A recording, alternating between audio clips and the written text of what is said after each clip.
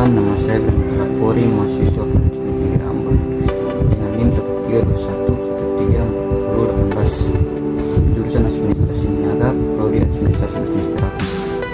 Di sini saya akan menjelaskan apa yang dimaksud dengan blue ekonomi, yaitu faktoring, shorting, dan ruangan lingkup pengungkapannya. Kita semua tahu negara Republik Indonesia merupakan negara maritim yang wilayah laut yang sangat luas mencapai angka 70%, sedangkan luas daratan hanya 30%. Ya. Indonesia memiliki lebih dari 17.000 pulau dengan garis pantai lebih dari 95 km. Hal tersebut membuat Indonesia menjadi negara yang memiliki potensi besar sektor pariwisata, kelautan, dan perikanan untuk mengembangkan perekonomian negara. Letak geografis Indonesia inilah menjadi faktor yang sangat kondusif dalam implementasi blue ekonomi. Blue ekonomi merupakan kegiatan yang ekosistem dalam konsep blue ekonomi. Inilah menjadi fokus penting dalam menangani limbah hasil dari kegiatan perikanan, pariwisata maupun aktivitas pemanfaatan laut harus berada dalam kondisi yang tidak mencemari lingkungan tanah maupun perairan umum, baik dari limbah kimia maupun limbah organik secara langsung maupun tidak langsung, karena dapat berpengaruh pada habitat biota laut dan kehidupan ekosistem bawah laut. Oleh sebab itu, konsep blue ekonomi terintegrasi dengan program industrialisasi perikanan dan pariwisata. Implementasi blue ekonomi bertujuan menciptakan biota laut yang berkelanjutan, mengurangi risiko bencana di wilayah pesisir, serta adaptasi dalam perubahan iklim. Pemerintah Indonesia saat ini sedang gencar menempuh kebijakan strategi ekonomi biru atau blue ekonomi untuk mendukung pertumbuhan ekonomi. Salah satu wilayah yang terkenal keindahan kawasan perairannya di Indonesia adalah Provinsi Maluku yang memiliki karakteristik kepulauan, luas daratan kurang lebih dari 7,6% dan luas lautan mencapai 92,4%. Hal tersebut pula yang menjadi anti 9 luas laut daratan kurang lebih dari 7,6% dan luas lautan mencapai 92,4%. Hal tersebut pula yang menjadi peran penting untuk mensukseskan program-program pemerintah, termasuk rencana pembangunan jangka menengah sektor kelautan dan perikanan yang dimulai tahun 2003 sampai 2025 tentang blue ekonomi. Implementasi prinsip blue ekonomi yang diturunkan dalam konsep blue ekonomi yang berorientasi untuk mengkaji dan mengurangkan modal blue ekonomi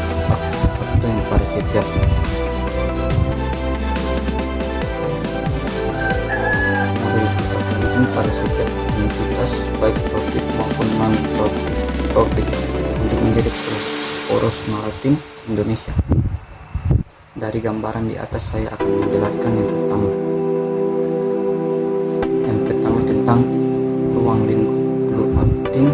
Blue outing sendiri merupakan turunan dari blue ekonomi mencakup pembangunan ekonomi berbasis darat dan laut yang berkeseimbangan seperti pengembangan kawasan pesisir, komunitas masyarakat, informasi teknologi, sumber daya manusia, pengawasan sumber daya alam, dan pemeliharaan.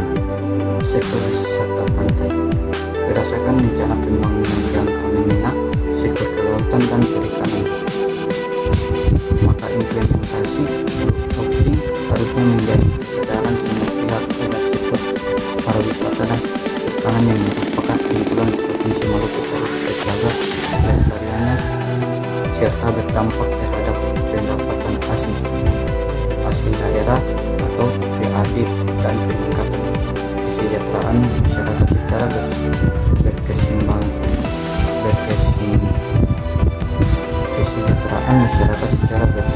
berkesinambungan. Ada beberapa penelitian yang dilakukan oleh peneliti tentang pemanfaatan wilayah laut yang dilakukan oleh Panubun di tahun 2007 Mira et al pada 2014, Video 2020, Kurbani et al pada tahun 2014, Syarfuddin di tahun 2012 yang menyimpulkan bahwa minimnya kesadaran masyarakat dalam menjaga lingkungan laut dalam mengolah limbah dan sampah sehingga mengancam keberlangsungan sektor wisata pantai dan hayati laut dalam jangka panjang. Hal tersebut dikarenakan kurangnya sarana prasarana yang mendukung produktivitas masyarakat dalam usaha kelautan cenderung pasif pemeliharaan intensif terhadap pusat wisata pantai di Pulau Ambon dan masih kurangnya perhatian pihak terkait ini berarti opting belum tertangani dengan baik dan menyebabkan hingga saat ini belum adanya riset yang dilakukan di Prof Maluku berdasarkan uraian di atas sudah sangat jelas bahwa dari beberapa riset tersebut belum ada yang fokus meneliti terkait pengungkapan Pulau Opting di dalam laporan keuangan di Provinsi Maluku khususnya pada sektor pariwisata pantai dan kontribusinya terhadap pendapatan asli daerah. Dapat kita ketahui Opting merupakan melakukan turunan dari Blue Ekonomi untuk pembangunan ekonomi besar dan laut seperti pemeliharaan sektor wisata pantai, pengembangan kawasan pesisir, komoditas masyarakat, inovasi teknologi sumber daya manusia termasuk sumber daya alam, sektor perikanan serta kesinambungan yang artinya adanya keseimbangan antara aspek lingkungan ekonomi dan sosial dengan geografis Indonesia yang begitu luas dan strategis khususnya di Pulau Ambon yang memiliki luas laut mencapai 92,4%. Hal ini menunjukkan bahwa Provinsi Maluku memiliki keunggulan geografis yang berpotensi besar dalam optimisasi Opting, namun kesinambungan antara beberapa sektor hanya akan dapat tercapai jika Opting mampu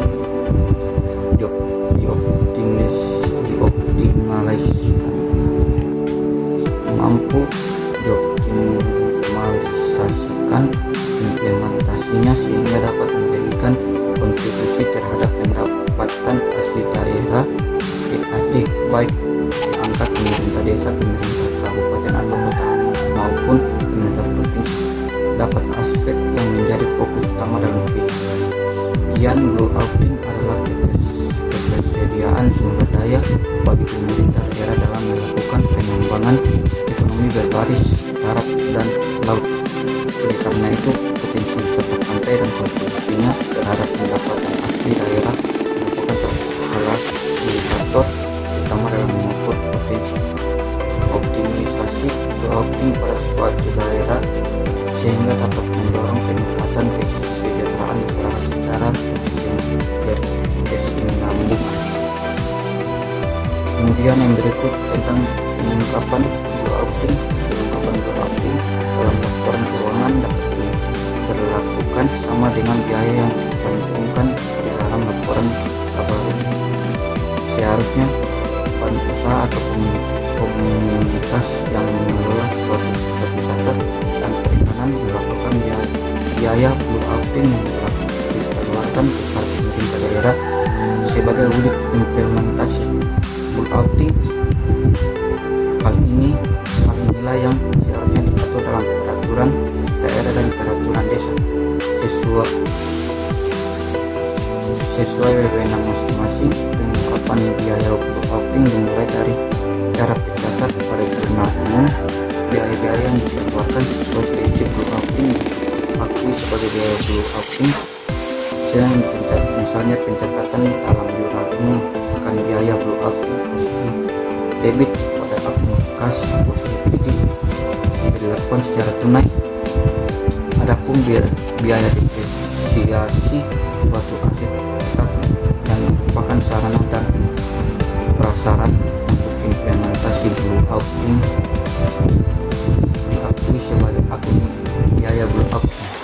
Misalnya pencatatan dalam jurnal umum akan biaya Blue Opting di posisi debit pada akun akumulasi depresiasi perolehan di posisi kredit sehingga pencatatan jurnal umum akan berdampak terhadap laporan baru suatu unit bisnisnya.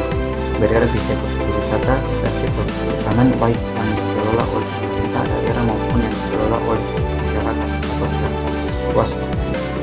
Kemudian kita harus pahami apa itu akun biaya. Akun biaya merupakan akun temporer yang berarti akun sementara dan akun ditutup akhir periode akuntansi.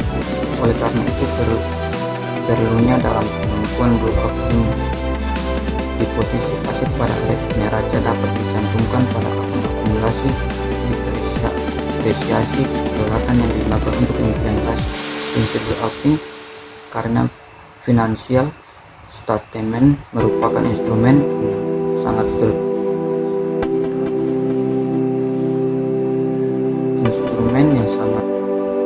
yang sangat rugen bagi pihak internal dan eksternal dalam mengambil keputusan sesuai kepentingannya masing-masing. Hal ini menjadi faktor utama wajibnya financial statement memberikan gambaran komprehensif aktivitas yang dilakukan entitas bisnis maupun non-bisnis, termasuk implementasi prinsip blue accounting. Demikian materi yang dapat saya sampaikan di saat ini. Sekian dan terima kasih.